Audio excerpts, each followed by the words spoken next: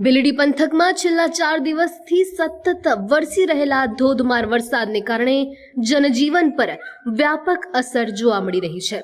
રવિવારે પણ વરસાદી હેલી યથાવત રહેતા નવી ભીલડીના ગોગામઢ, ઉમિયાનગર અને પંચવટી સોસાયટી જેવા નીચાણવાળા વિસ્તારોમાં વરસાદી પાણી ભરાઈ ગયા હતા। ખાસ કરીને ગોગામઢ પ્રાથમિક શાળાના પરિસરમાં કમર સુધીના પાણી ભરાઈ જવાની સ્થિતિ વધુ ગંભીર બની ગઈ હતી।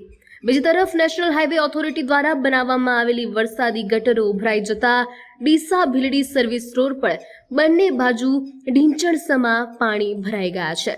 પાણીના યોગ્ય નિકાલની પૂરતી વ્યવસ્થા ન હોવાને કારણે વાહનોની અવરજવર અત્યંત ધીમી થઈ ગઈ છે। દ્વિચક્રીય તેમજ નાના વાહન ચાલકોને ભારે મુશ્કેલીનો સામનો કરવો પડી રહ્યો છે। આ સમસ્યાને લઈને સ્થાનિક રહેવાસીઓમાં તંત્ર સામે રોષ જોવા મળી રહ્યો છે અને પાણીના નિકાલ માટે ત્વરિત કાયમી ઉકેલ લાવવાની માંગ કરવામાં આવી રહી છે।